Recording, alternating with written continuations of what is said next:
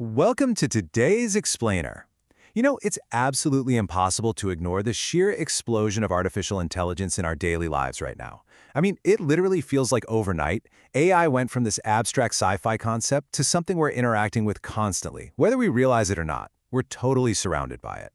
But with that massive surge comes a whole lot of terminology that just gets thrown around interchangeably.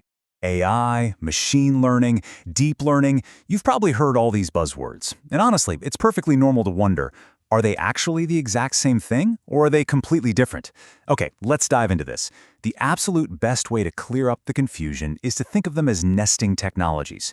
Think of those wooden matryoshka dolls that fit perfectly right inside one another. That's exactly how these concepts work. So, here's our agenda for today. 1. The broad world of AI. 2. Zooming in on machine learning. 3. Deeper still with deep learning. 4. The generative AI explosion. And 5. The AI adoption moonshot.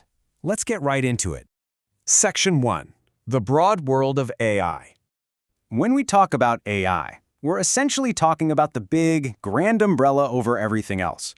So the crucial point here is that artificial intelligence is basically the broad goal of trying to simulate, with a computer, something that matches or potentially even exceeds human intelligence. And, well, what exactly is intelligence? We generally think of it as the ability to learn, to infer, and to reason.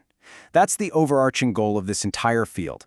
And researchers have actually been chasing this simulation for decades. If we look back at the 1950s and 60s, it was mostly early research using programming languages like Lisp or Prolog that eventually paved the way for the expert systems that popped up in the 80s and 90s. So all of this groundwork was laid way before we hit that critical mass in the 2010s and long before the absolute explosion of generative tech we're seeing today. Section 2. Zooming in. Machine learning. Now, what's really interesting is what happens when we step inside that giant AI circle. We find our next nested doll, machine learning. This is where the machine is actually doing the learning. Instead of a human manually programming every single rule, we take a totally different approach. Step 1, we feed the machine massive amounts of data. Step 2, we let it observe and autonomously discover patterns in that data all by itself. And Step 3, it uses those patterns to output a prediction. And of course, the more data you feed it, the more confident those predictions become. Let's put that into a real-world perspective. Imagine I showed you a sequence: square, circle, square. You'd instantly predict a circle is next, right? Well, a machine learning algorithm does exactly that. It's incredibly good at discovering patterns. But what if a triangle suddenly pops up? Boom. The algorithm spots that sequence breaker right away. This specific ability to spot outliers makes it incredibly valuable for things like cybersecurity. If a user starts acting weird on a network, the system flags that outlier as anomalous behavior. Pretty cool, right? Section 3. Deeper still, deep learning.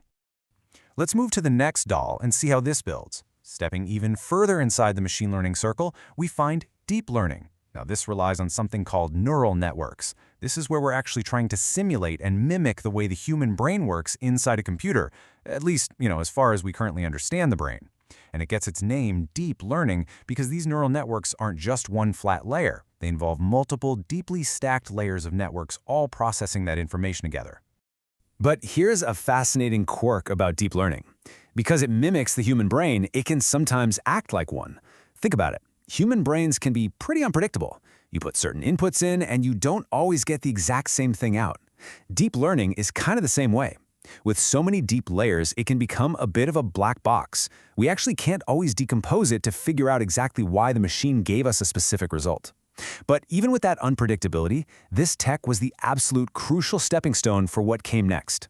Section 4. The generative AI explosion. And this brings us right into our deepest, nested core. The layer that is literally taking over the world right now is driven by what we call foundation models.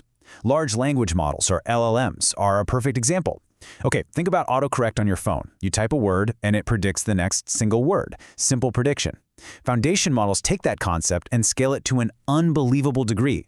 They aren't just predicting the next word, they're predicting the next sentence, the next paragraph, or even an entire document. And this brilliantly illustrates the staggering, exponential leap in capability we've just made.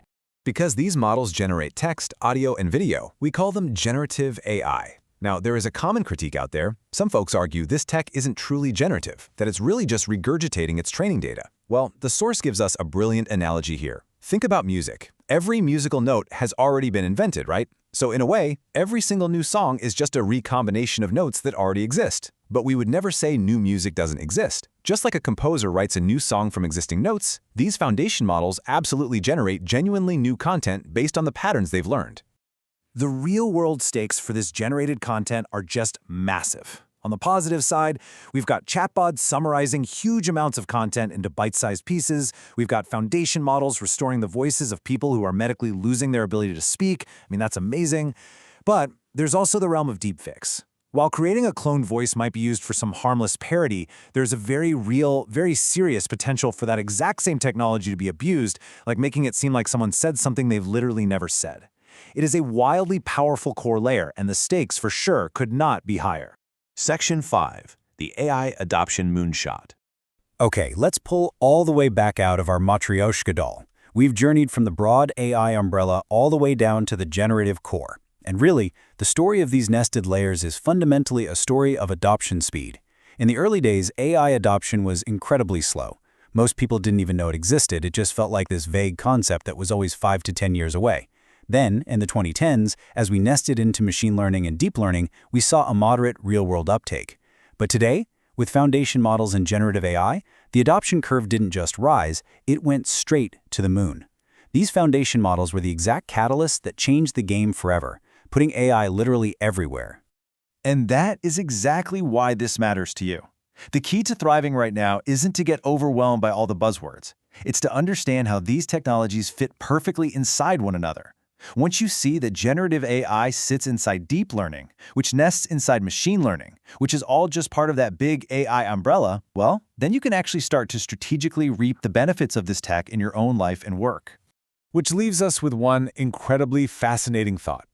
If foundation models and generative AI are the deepest core that finally sent AI straight to the moon, what exactly is the next nested layer going to look like?